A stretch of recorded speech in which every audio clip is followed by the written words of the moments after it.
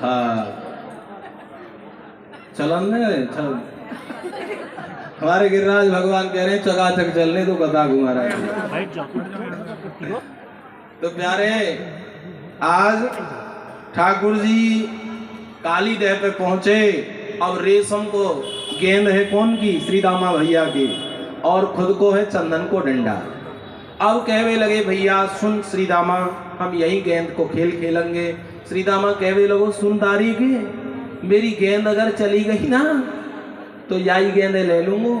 ठाकुर जी कहवे लगे ले लीजो, तू खिला तो सही। और ठाकुर जी ने पहलो ये सो टोल मारो कि प्यारे गेंद जाके दह के बीचों बीच गिर गई। अब श्री दामा कहवे लगो कन्हैया मेरी आई गेंद कूद है। ठाकुर जी ने कही भैया अरे श्री दामा तो को पतो काली देह में काली नाग रहे, और अगर मैं गयो तो मैं मर जाऊंगो। भैया बाकी बदले में तो को चाहिए तो रेशम की गेंद ले ले, रेशम की नहीं तो सोने की ले ले, लेकिन मोकू मत भेजे। ना ना भैया मोकू सोने वोने की ना, मुझे तो मेरी वो ही गेंद चाहिए। तो की तारीख में जाऊंगो तो मर जाऊंगो। अरे की तारीख तू कल मरे तो आज मर जा, मोकू का फर्क पड़े हैं? अब ठाकुर जी से पक्का कर रहे हैं, कहने लगे देख मैं कूद जाऊंगो। अरे कहीं भय दिखा रहा हूं, मोकू कूदे ना, जल्दी कूद। अब ठाकुर जी कदम पर चढ़ गए और चढ़ के कहने लगे देख भैया मैं कूदूं। पीछे को क्यों आ रहा, आगे को बढ़, कूद लो मैं तो। और ठाकुर जी आगे बढ़े और कहने लगे श्री दामा कूदूं, कहीं जल्दी कूद। और ठाकुर जी ने एक छलांग लगाई और ठाकुर जी देह में कूद गए। जैसे ही ठाकुर जी देह में कूदे, अब श्री दामा पीछे से पुकार रहा है कन्हैया कन्हैया, लेकिन गोविंद तो अंदर चले गए। अंदर गए तो काली नाग की पत्नियों ने सुंदर बालक को देखा तो देख करके बड़ी प्रसन्न हो गई। कहने लगी अरे लाला तुम यहाँ कैसे आए? क्या तुम्हारे माँ से या तुम्हारी घरवाली से कोई झगड़ा हो गया तो यहाँ चले आए? नहीं किसी से नहीं हुआ, तो कि तुम वापस चले जाओ, अभी हमारे पति काली नाग सो रहे हैं, अगर वो जग आए तो आपको जिंदा नहीं छोड़ेंगे। कहने लगे देवी तेरे पति का ही कल्याण करने आया हूं, जगह कहाँ है कि वो सो रहे हैं। और ठाकुर जी ने जाकर के एक पाद प्रहार किया तो काली नाग पक्षी नींद जग गई। अब जगह तो बड़ी जोर की फुसकार मारी। अब फुसकार मारी ना तो जहर उगला, और जहर उगला तो ठाकुर जी का जो स्वरूप था वो नील वर्ण का हो गया। जहर कोई विषैला जंतु हमको शरीर में काट जाए तो वो जगह कैसी हो जाती है? नीली नीली। ऐसे ही ठाकुर जी का जहर के कारण शरीर नील वर्ण का हो गया और ठाकुर जी नीलमणि बन गए। अब ठाकुर जी ने क्या किया, एक छलांग लगाई और उस काली नाग के फन पर बैठ गए और ठाकुर जी नृत्य कर रहे हैं। तांडव गति मुंडन पर नाचत गिरधारी, पम पम पग पटकत फम फम फनन पर बिम बिम बिनति करत नाग वधु हारी। ऐसा नृत्य किया ठाकुर जी ने तांडव। तो बाबा महादेव से नहीं रहा गया तो वो कैलाश पे तांडव कर रहे हैं। अब ठाकुर जी नृत्य कर रहे हैं तो दो फनों के बीच में जैसे ही पग पड़ता है तो वो फन वहीं से फट जाता है और रक्त निकलने लगता है। पूरा काली नाग लहू लुहान हो गया। उसकी पत्नियों ने हाथ जोड़े और कहने लगी हे ठाकुर तुम हमारे पति को छोड़ दो, आप जो कहेंगे वो स्वीकार है। ठाकुर जी ने कहा तुम इस काली देह को छोड़ करके रमणक द्वीप चले जाओ। तो कहा कि महाराज हम चले तो जाएं लेकिन हमको गर्म खा जाएगा। क्यों? क्योंकि महाराज हमारे गांव में एक शर्त हुई थी, हमारे यहाँ रोजाना गरुण आता हो गांव में, किसी भी सर्प को पकड़ के खा जाता था। अब हमने संकल्प किया कि भैया गरुण तुम मत आया करो, हम एक सर्प आपके लिए भोजन के लिए रोजाना भेज देंगे। अब रोजाना की प्रक्रिया चल रही थी महाराज। मेरा नंबर आया तो मैं भयभीत होकर के इस काली देह में आकर के छुप गया और उस गरुण को यहाँ श्राप लगा है ऋषि का, अगर वो यहाँ आएगा तो वो जल के राख हो जाएगा। इसलिए महाराज मैं यहाँ सुरक्षित हूँ, इसलिए यहाँ रहता हूँ। अगर मैं रमणक द्वीप गया तो महाराज मुझे वो काली नाग वो गरुण खा जाएगा। भगवान ने कहा चिंता मत कर, तेरे सर पर मेरा श्री चरण छपा हुआ है, अब वो तुझे खाएगा नहीं, तेरे लिए तो प्रणाम करेगा। और भगवान के कहने पर काली नाग उस देह को छोड़ करके आज रमणक द्वीप के लिए चले गए और ठाकुर जी ने जो विशैला जमुना का जल था आज परम पवित्र कर दिया और समस्त ब्रजवासी आज जमुना के कलकल जल को पी करके अपना जीवन कृतार्थ कर रहे हैं। ठाकुर जी ने समस्त भक्तों की रक्षा करी। आगे चल करके एक और प्यारी लीला की। ब्रजवासी गण वन में गए तो वन में जाकर के दावाग्नि लग गई, बांसों के घर्षण से अग्नि लगी। सब ब्रजवासी बीच में फंस गए, पुकारने लगे कन्हैया बचा, लाला बचा। तो ठाकुर जी ने कहा लाला चिंता मत करो, मैं अभी रक्षा करता हूँ। और ठाकुर जी ने आज वो अग्नि का पान कर लिया, दावाग्नि का, और समस्त ब्रजवासियों की रक्षा की। आगे चल करके ठाकुर जी ने एक और प्यारी लीला की। पूज्यपाद भगवान सुखदेव कहते हैं राजऋषि परीक्षित चीर हरण की लीला की ठाकुर जी ने। ब्रजमंडल की जो कुंवारी कन्या है ना, ठाकुर जी को पति के रूप में पाने के लिए हेमंत मास में, माघ मास जो होता है ना अभी आने वाला है, तो माघ के महीने में स्नान करती और कात्यायनी मैया का पूजन करती भगवान को पति रूप में पाने के लिए। और बड़ा अद्भुत मंत्र है कात्यायनी मैया का। जिन कन्याओं के विवाह के लिए प्रॉब्लम होती है ना, माता पिता को योग्य वर नहीं मिलता, कभी घर मिल जाता है तो वर नहीं, वर मिलता तो घर नहीं, बड़ी विडंबना आती है। अगर सेटल हो जाए संबंध तो समझ लो 80% शादी हो गई। आज बड़ी विडंबना योग्य मिलना अपने योग्य। तो उसके लिए बताया है भागवत में कि इस कात्यायनी मंत्र का कोई भी कन्या नित्य पति 2 माला जप करे और ज्यादा से ज्यादा 3 महीने करेगी तो उसके लिए योग्य वर घर दोनों ही मिल जाएंगे। और वो मंत्र कौन सा है आपको सुनाऊं कि कात्यायनी महामाये महायोगिन्यधीश्वरी नंदगोपसुतं देवी पतिं मे कुरुते नमः। कात्यायनी महामाये महायोगिन्यधीश्वरी नंदगोपसुतं देवी पतिं मे कुरुते नमः। अगर इसका नित्य प्रति जप करें तो योग्य वर की प्राप्ति अवश्य होती है। तो आज ये ब्रज की गोपी क्या करती हैं? पूजा तो करती है मैया की, लेकिन एक अपराध करती है। क्या? यमुना में स्नान करने जाती है ना तो निर्वस्त्र स्नान करती है। किसी भी नदी सरोवर में आप जाइए तो निर्वस्त्र स्नान नहीं करना चाहिए, वस्त्र पहन के करना। भगवान ने समझाया लेकिन नहीं मानी, तो ठाकुर जी ने आज लीला कर डाली। सुबह ही पहुंच गए ठाकुर जी और सुबह ही जाकर के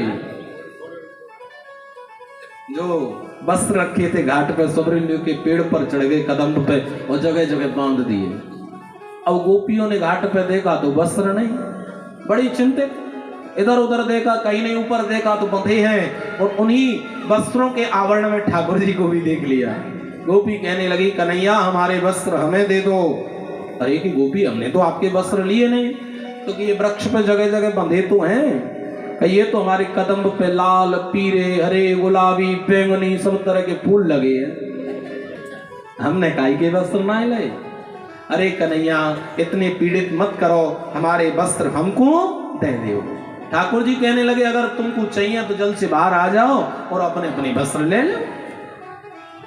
अब गोपियों को जब कोई मार्ग नहीं दिखा तो जल से बाहर निकल के आई निर्वस्त्र ही, और अपने वस्त्र लेकर के पूजन करने के लिए निकल गई। यहां पर परीक्षित ने गुरुदेव से प्रश्न किया कि गुरुदेव एक बात बताइए, कोई समाज का रक्षक हो और वो ऐसा कार्य करे तो वो अच्छा तो नहीं है ना? किसी की दूसरे की स्त्री या किसी दूसरे की कन्या को निर्वस्त्र देखना कहां की सभ्यता है? हमको कोई स्त्री अगर निर्वस्त्र दिखती है या किसी स्थिति में दिखती है तो हमें अपने नेत्र बंद कर लेनी चाहिए, हमें उस ओर नजर नहीं रखनी चाहिए, क्योंकि हमें स्वयं अपनी सुरक्षा करनी है। तो कहा कि जब कृष्ण स्वयं भगवान है और वो दूसरे की स्त्रियों को निर्वस्त्र देख रहे हैं, ये तो मेरी समझ में नहीं आया। तो पूज्यपाद भगवान सुखदेव कहते हैं परीक्षित एक बात समझिए, कृष्ण ने वस्त्रों की चोरी की तो आप एक बात मानिए, कृष्ण कौन है? भगवान है ना। तो भगवान के सामने कितने भी वस्त्र पहन लो फिर भी आप निर्वस्त्र हैं, क्योंकि भगवान से तो कुछ छुपा ही नहीं है ना।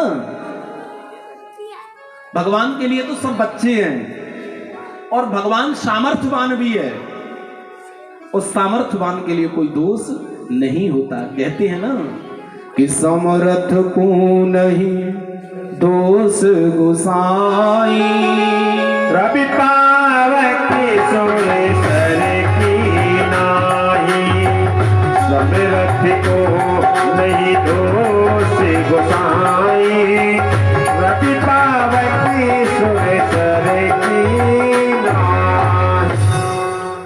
सामर्थ्यवान हो तो उसके लिए कोई दोष नहीं। भगवान सामर्थ्यवान है और अगर हम उससे साधारण मानव माने, साधारण मानव माने तो भगवान ने जिस समय वस्त्र चुराए उस समय भगवान की आयु कितनी थी? 4.5 वर्ष के। अब 4.5 वर्ष का बालक ये नहीं जानता कि स्त्री और पुरुष में क्या भेद है, वो ये नहीं जानता कि काम की पीड़ा क्या होती है, तो उसके लिए भी कोई दोष नहीं है। दूसरी बात परीक्षित, आप समझें, भगवान ने कोई लहंगा परिया या कोई वस्त्र नहीं चुराए। ये तो लौकिक मार्ग की बातें हैं। आध्यात्म से सोचेंगे तो आध्यात्म से कृष्ण ने क्या चुराया? कृष्ण कौन है? ब्रह्म। और गोपी कौन है? जीव। और वस्त्र क्या है? अविद्या। ब्रह्म रूपी कृष्ण ने जीव रूपी गोपियों के अविद्या रूपी वस्त्र का हरण किया और उस अविद्या रूपी वस्त्र में ज्ञान भर के पुनः वापस कर दिया। कोई लहंगा परिया की चोरी नहीं की है। कहने का भाव ठाकुर जी ने यहां समझाया कि आप केवल और केवल निर्वस्त्र होकर के कहीं स्नान नहीं करें। चाहे घर पे बाथरूम में ही कर रहे हैं, वहां भी आप स्नान करें तो कोई गमछा तौलिया लगा करके करें, निर्वस्त्र नहीं करें।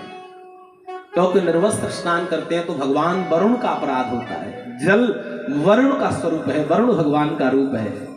इसलिए आप जल में स्नान करें तो वस्त्र धारण करके करें। और बंधुओं, आगे चल करके ठाकुर जी ने बड़ी प्यारी लीला की। आज ठाकुर जी गौचारण करके वापस हुए तो गौचारण के बाद जैसे ही वापस आए तो आज मैया यशोदा 56 भोग तैयार कर रही थी। मैया से पूछा, मैया ये तू क्या कर रही है? तो कहने लगी, लाला आज के दिन हमारे यहाँ इंद्र की पूजा होयो करे। कि मैया क्यों करें? तो कि दारी के ज्यादा प्रश्न मत पूछे, तो कुछ ज्यादा पूछना हो तो अथाई पे चलो जा, अपने बाबा से पूछ लियो। पहले हमारे बुजुर्ग बैठते थे तो अथाई बनती थी। अथाई जानो पा? कहा जाने, यहाँ तो एक कक्ष को कमरा हो भाई में सब रह लेंगे हैं। आज का तो बन भी है, चट्टू भी है, चल गए हैं। पहले अथाई बनती थी, तहाँ बुजुर्ग रहते थे, वो केवल निश्चित समय पर ही घर आते, अन्यथा कोई भी मिलने वाला आए, कोई भी आए, वो वहीं ठहरते थे। तो बड़ा पवित्र स्थितियां थी। तो आज कन्हैया अथाई पर गए और बाबा नंद को प्रणाम किया। पूछा, बाबा आज के दिन ये किसकी पूजा करें? कि लाला इंद्र की पूजा करें। क्यों करें बाबा? अरे कि लाला इंद्र की पूजा करें तो इंद्र प्रसन्न होए, और प्रसन्न हुए तो जल की वर्षा करें, जल वर्षे तो घास हो गए, और घास हो गए तो हमारी गैया खावे, और गैया खाएं तो हमें दूध दें, जहाँ से हमारा जीवन यापन वो करें।